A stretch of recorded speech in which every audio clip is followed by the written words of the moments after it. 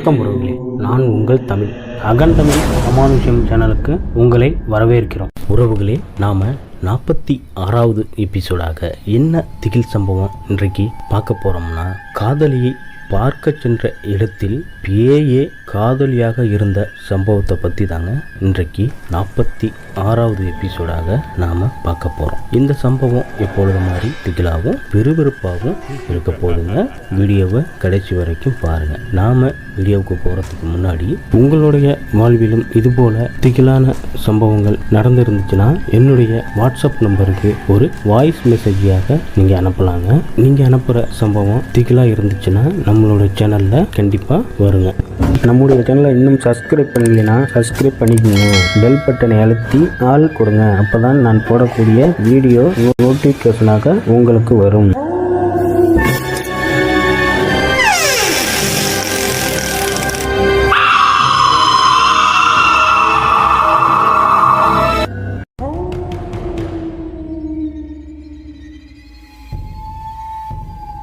உறவுகளே, இந்த சம்பவத்தை நம்மள்கிட்ட பகிர்ந்தது யாருன்னு பார்த்தீங்கன்னா கார்த்தி என்கின்ற நமது நண்பர் தாங்க.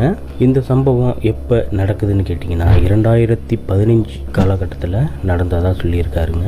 இந்த சம்பவம் எங்கே நடக்குதுன்னு கேட்டிங்கன்னா தஞ்சாவூரில் உள்ள ஒரு அழகிய கிராமத்தில் தாங்க இந்த சம்பவம் நடந்ததாக நம்மள்கிட்ட சொல்லியிருக்காரு. கார்த்தியை பற்றி சொல்லணும்னா, அவருக்கு இந்த சம்பவம் நடக்கும் பொழுது 25 வயசு ஆகியிருக்குங்க.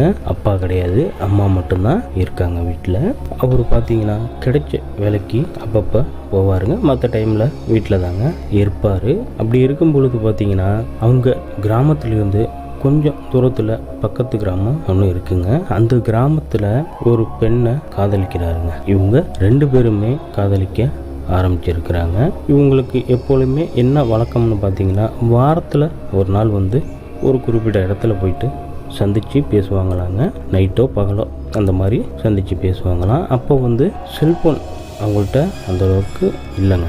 யார்கிட்டையும் செல்ஃபோன்லாம் கேட்க முடியாது. அப்படி இருக்கும் பொழுது இவங்க என்ன பண்ணுவாங்கன்னா, தனது காதலிக்கிட்ட பேசணும்னா என்ன பண்ணுவார்னா, அவங்க கிராமத்தில் இருக்கிற அந்த பெண்ணோட ஃப்ரெண்டு அவங்க கூடலாம் நல்லா பேசுவாருங்க. அவங்கக்கிட்ட இது மாதிரி நான் இன்னைக்கு பார்க்க வர்றேன் சொல்லிடுங்கிற மாதிரி சொன்னோன்னா அவங்களும் போய் சொல்லிட்டு வந்துடுவாங்க. அதே மாதிரி அந்த பெண்ணும் பார்த்திங்கன்னா நைட்டு ஒரு 7-8 மணியை போல் இந்த குறிப்பிட்ட இடத்துக்கு வந்துடுவாங்க. இந்த மாதிரியே கொஞ்ச நாள் போயிட்டுருக்கு. கிட்டத்தட்ட ஒரு வருஷமாக இப்படி தான் அவங்களுடைய வாழ்க்கை ஓடிட்டுருக்குங்க. அன்னைக்கு அது போல தான் கார்த்தி என்ன பண்ணுறாருன்னு பார்த்தீங்கன்னா, தன்னுடைய காதலியோட ஃப்ரெண்டு கூப்பிட்டு இன்னைக்கு நைட்டு வர சொல்லு, நான் பேசணும், 10 நாள் ஆகிடுச்சி அப்படின்னு சொன்னோன்னா, சரிண்ணா நானும் போய் சொல்கிறேங்கிற மாதிரி காதலியோட ஃப்ரெண்டு சொல்லிட்டு போயிட்டாங்க. இவரும் அன்னைக்குன்னு பார்த்தா ஏதோ ஒரு சின்ன வேலை இருக்குன்னு சொல்லிட்டு அவர் கிளம்பி போயிட்டாருங்க. அன்னைக்கு இரவு அதே மாதிரி வர்றாங்க. தனது காதலியும் அங்கே வந்திருக்கிறாங்க.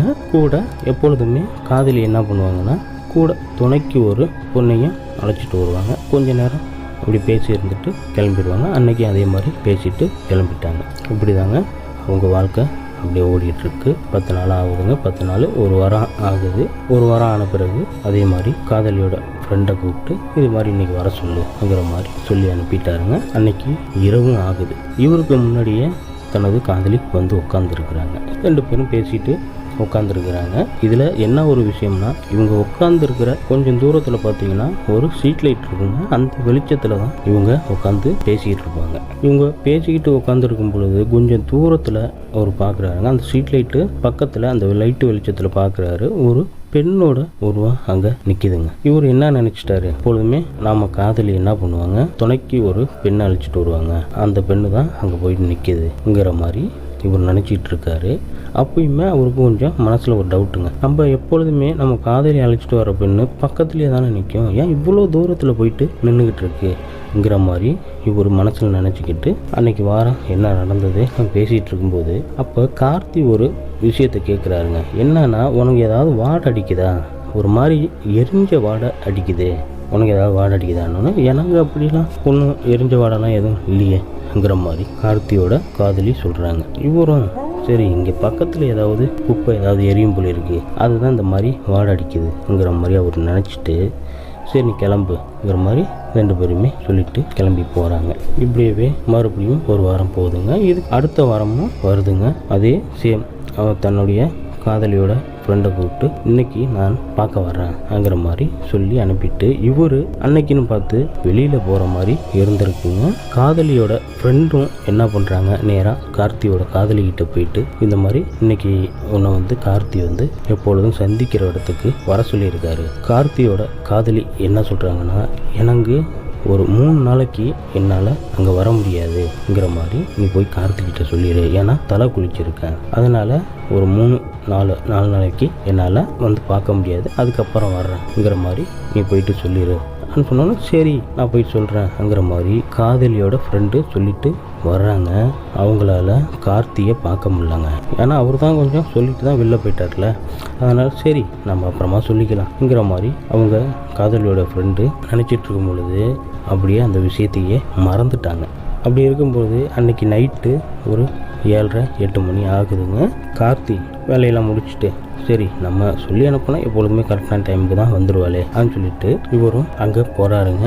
எப்பொழுதும் மாதிரி அவர் போகிறதுக்கு முன்னாடியே தனது காதலியை வந்து அங்கே உட்காந்துருக்காங்க. உங்களுக்கெல்லாம் ஒரு டவுட் வரும், 3 நாளைக்கு என்னால் வர முடியாதுங்கிற மாதிரி சொன்ன பொண்ணு எப்படி மறுபடியும் இங்கே வந்தாங்கங்கிற மாதிரி எல்லாருக்கும் ஒரு டவுட் வரும். வீடியோவை கண்டினியூவாக பார்த்தீங்கன்னா உங்களுக்கே புரியும். இவரும் போயிட்டு பக்கத்தில் உட்காந்து பேசுகிறாருங்க. எப்போ வந்து என்ன முன்னாடியே வந்துட்டியா என்னான்னு கேட்டோன்னா அந்த உட்காந்துருக்கிற தனது காதலி வந்து எதுவுமே பதில் பேசலாங்க. என்ன ஏதாவது கோபமாக இருக்கியா, என்ன இப்படி இருக்க போகிறேங்கிற மாதிரி சொல்லிட்டு பக்கத்தில் உட்காந்து பேசிகிட்டு இருக்காரு. இதில் ஒரு பெரிய விஷயம் என்னன்னா, எப்பொழுதுமே இவங்க 2 பேரும் சந்திக்கிற பொழுது கார்த்தியோட காதலி தாங்க அதிகமாகவே பேசுவாங்க. அன்னைக்கு அந்த வாரம் என்ன நடந்தது, போனது வந்ததுங்கிற மாதிரி பேசிக்கிட்டே இருப்பாங்க. இவர் ஒரு சில விஷயங்கள் பேசிட்டு இவங்க கிளம்புவாங்க. அன்னைக்கு பார்த்தீங்கன்னா கார்த்தி மட்டுமே பேசிக்கிட்டே இருக்காருங்க. தனக்கு காதலி எதுவுமே சொல்லவே இல்லைங்க. கார்த்தி வந்து கேட்குற கேள்விக்கு மட்டும்ங்கிற மாதிரி அந்த ஒரு பதில் மட்டும்தாங்க வருது. இவருக்கு ஒரே ஆச்சரியமாக இருக்குது, என்ன நீ வந்து பேசவே மாட்டேற, ஏதாவது உடம்பு ஏதாவது சரியில்லையா, நீ எப்பொழுதுமே நீ தான் வந்து ஏதாவது பேசிக்கிட்டே இருப்ப, இப்போ என்ன எதுவுமே பேச மாட்டேங்கிற மாதிரி அவர் கேட்கும் பொழுது அப்பயுமே எந்த ஒரு பதிலும் சொல்லாமல் அவங்க உட்காந்துருக்கிற சைடில் திரும்பி தான் உட்காந்துருக்குறாங்க. என்னாச்சு நீ இப்படி உட்காந்துருக்க, ஏதாவது பிரச்சனையாங்கிற மாதிரி கார்த்தி என்ன பண்ணியிருக்காரு, தனது காதலியோட தலையை பிடிச்சி தனது மடியில் படுக்க வச்சிருக்காருங்க. அந்த வெளிச்சத்தில் காதலியோட முகத்தை பார்க்கும்போது அவருக்கு பேர் அதிர்ச்சி ஆகுதுங்க. அன்னைக்கு அவருக்கு இதய துடிப்பே நின்று போகிற அளவுக்கு ஒரு சம்பவத்தை அங்கே பார்க்குறாரு. அப்படி என்னத்தை அங்கே பார்த்தாருன்னா, காதலியை தனது மடியில் படுக்க வச்சு அவர் முகத்தை பார்த்தோன்னு அந்த முகம் பார்த்தீங்கன்னா தனது காதலி முகம் மாதிரியே இல்லைங்க, கொஞ்சம் விகாரமாக ஒரு மாதிரி எரிஞ்சு போன நிலையில் அப்படியே ஒரு மாதிரி கொலன்னு இருந்திருக்குங்க. இதை பார்த்தோன்னே கண்ணை மூடிக்கிட்டு தூக்கி வீசிட்டு ஓடி இருக்காருங்க. அவருக்கே தெரியல எங்கே ஓடுறோம் என்ன பண்ணுறோன்னு சொல்லிட்டு ஓடி இருக்காரு. ஓடி முள்ளெல்லாம் உளுந்து எழுந்திரிச்சு ஓடுறாருங்க. ஓடி கிட்டத்தட்ட ஒரு 1/4 மணி நேரமாக ஓடி அவங்க வீட்டில் போயிட்டு சேர்ந்துட்டாருங்க. அது யோசிக்கிறாரு, யார் இது நம்ம காதலி வர சொன்னால் இப்படி இருக்கே அப்படின்னு சொல்லிட்டு ரொம்ப ஒரு மாதிரி பயந்து போயிட்டு வீட்டில் போய் பார்க்குறாருங்க. அங்கே என்னன்னு பார்த்தீங்கன்னா அவங்க அம்மா அன்னைக்கு வீட்டில் இல்லைங்க. அக்கம் பக்கத்தில் விசாரிக்கும் பொழுது அவங்க சொந்தக்காரங்க வீட்டுக்கு ஏதோ விசேஷத்துக்கு போனதா பக்கத்தில் உள்ளவங்க சொல்லி இருக்கிறாங்க. இது என்னடா நம்மளுக்கு கொடுமையாக இருக்குது, ஏற்கனவே பயந்து போய் வந்திருக்கோம், இதில் நம்ம வந்து தனியாக தான் வீட்டில் படுத்துருக்கணுமாங்கிற மாதிரி அன்னைக்கு சாப்பிடவே இல்லைங்க. பயத்திலேயே அவர் வீட்டை ஃபுல்லாக லாக் பண்ணிட்டு படுத்துருக்கிறாருங்க. அப்படி படுத்துட்டு இருக்கும் பொழுது அவரு வீட்டோட கதவை பயங்கரமாக யாரோ தட்டுற மாதிரி இருக்குங்க. இவர் படுத்துக்கிட்டே யோசிக்கிறாரு, ஒருவேளை அம்மா வந்திருப்பாங்களோ அப்படின்னு சொல்லிட்டு யோசிச்சுட்டு இருக்கும் பொழுது ஒரு குரல் ஒன்று கேட்குதுங்க. என்ன குரல்னு கேட்டிங்கன்னா அவருடைய காதலியோட குரலில் கூப்பிட்ற மாதிரி இருக்குங்க. கார்த்தி நான் தான் வந்திருக்கேன், கதவை தவிர மாதிரி கூப்பிட்ற மாதிரி இருக்குங்க. கதவை வந்து பயங்கரமாக டக்கு டக்கு டக்கு டக்குன்னு தட்டுற மாதிரி இருந்தோங்க. இவர் காதலி கூப்பிட்றாளாங்கிற மாதிரி பயத்திலேயே ஃபுல்லாகவே பெட்ஷீட்டை எடுத்து மூடிட்டு அப்படியே படுத்துருக்கிறாருங்க. அதுக்கப்புறம் அவங்க வீட்டை சுற்றி பயங்கரமாக அலற மாதிரி சவுண்டு கேட்குதுங்க. நடந்து திட்டுன்னு ஓடுற மாதிரியும் இருக்குது. மறுபடியும் கதவை சீக்கிரத்தோற கார்த்திகனை சீக்கிரத்தோறங்கிற மாதிரி அவருடைய காதலி குரலையே மறுபடியும் கூப்பிட்ற மாதிரியே இருந்தோன்னா இவர் வந்து கதவை திறக்கவே இல்லைங்க. ஏன்னா ஏற்கனவே ஒரு பயத்தில் தானே இருக்காரு. அங்கே ஒரு சம்பவம் இந்த மாதிரி நடந்ததுனால கதவை திறக்கவே இல்லைங்க. கொஞ்ச நேரம் ஆகுதுங்க, சவுண்டு எதுவுமே இல்லாமல் அமைதியாகுது. விடிஞ்சு போன மாதிரி கோழிகள்லாம் சவுண்டு விடும் பார்த்தீங்களா, அந்த மாதிரி கோழிகள்லாம் சவுண்டு விட்டோன்னா அதுக்கப்புறம் தாங்க இவர் நிம்மதி ஆகுறாருங்க. அப்படியே கொஞ்சம் கொஞ்சமாக தூங்க ஆரம்பிச்சிருக்காரு. அதுக்கப்புறம் அவருக்கு என்ன நடந்ததுன்னு தெரியலையாங்க. அதுக்கப்புறம் அவங்க அம்மா 11 மணியை போல் வந்திருக்கிறாங்க. வந்து என்னடா பையன் இன்னமும் தூங்கிட்டு இருக்கான், வேலைக்கு போகல ஒன்றும் போகல அப்படின்னு சொல்லிட்டு அவங்க அம்மா எழுப்பி இருக்கிறாங்க. கார்த்தி ஏந்திரிக்கவே இல்லைங்க. என்னடா அது பையன் இப்படி படுத்திருக்கானே, ஒரு மாதிரி பிறக்கணமே இல்லாமல் இப்படி படுத்திருக்கானேன்னு சொல்லிட்டு கார்த்தியை எழுப்பி பார்த்தா உடம்புலாம் பயங்கர அப்படியே நெருப்பு மாதிரி ஜுரம் பயங்கரமாக இருக்குங்க. ஒரு நாள் ஏந்திரிக்க கூட முடியல, அந்த அளவுக்கு ஒரு மாதிரி சோர்வாகவே இருக்காருங்க. கை தாங்கலாம் அவங்க வீட்டு செவுத்து ஓரமாக உட்கார வச்சுட்டு என்னடா திடீர்னு உனக்கு இப்படி ஜுரம் அடிக்குது என்ன இதுன்னு கேட்டோன்னா, இல்லைம்மா ஒன்றும் இல்லைம்மா நான் வெளியில் போயிட்டு வந்தேன், படுத்தோம் இந்த மாதிரி எனக்கு ஜுரமாக இருக்குது அப்படின்னு சொன்னோன்னா, ஏன்னா இது மாதிரி நடந்ததை சொன்னோம்னா அம்மா திட்டுவாங்கங்கிற மாதிரி இவர் நினச்சிக்கிட்டு எதுவுமே சொல்லுங்க.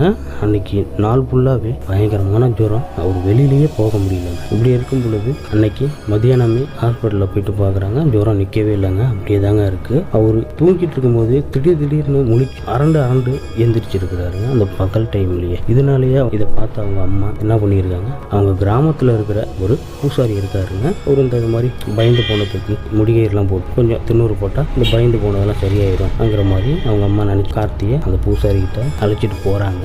அழைச்சிட்டு போயிட்டு உட்கார வச்சு என்ன பிரச்சனை என்னன்னு கேட்கும்போது பூசாரி கிட்ட அவங்க அம்மா சொல்கிறாங்க, நான் இது மாதிரி வெளியில் போயிட்டு வந்தால் அன்றைக்கி படுத்துருந்தேன், காலையில் பார்க்குறேன் சரியான ஜுரமாக இருக்குது, தூங்கிட்டு இருக்கும்போது பயந்து எழுந்திரிச்சு உட்காந்துக்கிறான்ங்கிற மாதிரி சொன்னோன்னா அவர் கொஞ்சம் வேப்பெல்லாம் வந்துருச்சு. என்ன இதுன்னு பார்க்கும் பொழுது அவருக்கு இந்த மாந்திரிகம் அந்த மாதிரி விஷயம்லாம் கொஞ்சம் தெரியுமாங்க. ஆக நடந்தது என்னன்னு சொல்லுப்பா அப்படின்னு சொன்னோன்னா அவங்க அம்மா ஒன்றுமே புரியாத மாதிரியே பார்க்குறாங்க. உங்கள் அம்மா இருக்காங்கன்னு பார்க்காத நீ என்ன நடந்ததுன்னு சொல்லணும்னா என்ன நடந்ததோ சொல்லுவாங்க. எப்பொழுதுமே என்னோட காதலியை நான் பார்க்க போவேன், அன்னைக்கு பார்த்தா என் காதலியை வர சொல்லியிருந்தேன், அதே மாதிரி வந்திருந்தாங்க, நான் போய் பேசிகிட்டு இருக்கும்போது எப்பொழுது மாதிரி அவங்க நடந்துக்கல, அதனால் முகத்தை பார்த்தா விகாரமாக இருந்துச்சு, பயந்து போயிட்டு நான் அப்படியாந்து வீட்டில் பார்க்குறேன் எங்கள் அம்மா இல்லை.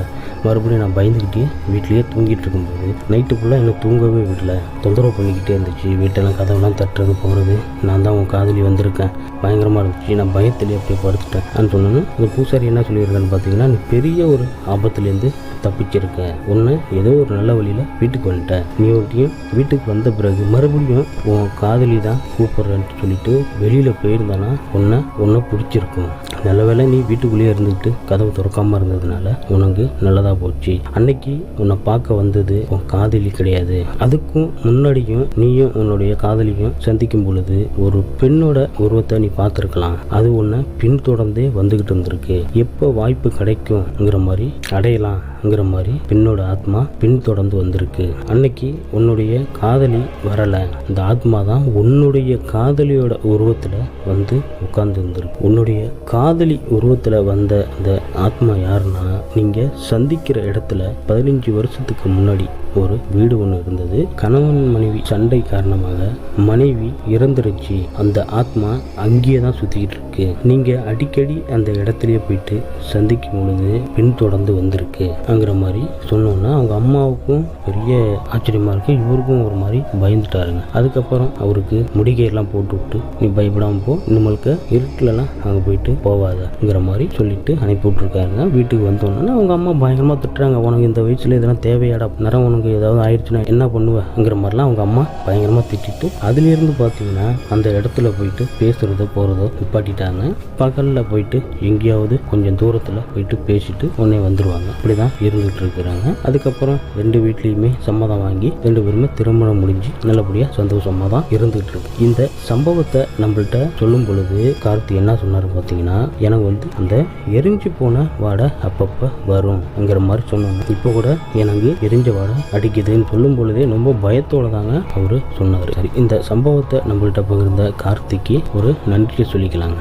இது போல உங்களுடைய வாழ்விலும் திகிலான அமானுஷ்ய சம்பவங்கள் ஏதாவது நடந்துருந்துச்சுன்னா என்னுடைய வாட்ஸ்அப் நம்பர் டிஸ்பிளேல தெரியுங்க, அதுக்கு ஒரு வாய்ஸ் மெசேஜாக சம்பவத்தை நீங்க அனுப்பலாங்க. உங்களுடைய திகில் அனுபவம் திகிலாக இருந்துச்சுன்னா கண்டிப்பா நம்மளோட சேனல்ல வருங்க. இந்த சம்பவம் எப்படி இருந்துச்சுன்னு கமெண்ட் பாக்ஸ்ல பதிவிடுங்க. இந்த சம்பவம் உங்களுக்கு பிடிச்சிருந்துச்சுன்னா லைக் பண்ணுங்க, ஷேர் பண்ணுங்க, மறக்காம சப்ஸ்கிரைப் பண்ணிடுங்க. அப்போ தான் நம்மளுடைய சேனல் மேலும் மேலும் வளர்வதற்கு ஒரு உறுதுணையாக இருக்கும் என்பதை தெரிவிச்சுக்கிறேன் உறவுகளே. இதுபோல இன்னொரு அமானுஷ்ய திகில் சம்பவத்தில் சந்திக்கும் வரை உங்களிடமிருந்து விடைபெறுவது நான் உங்கள் தமிழ். நன்றி உறவுகளே.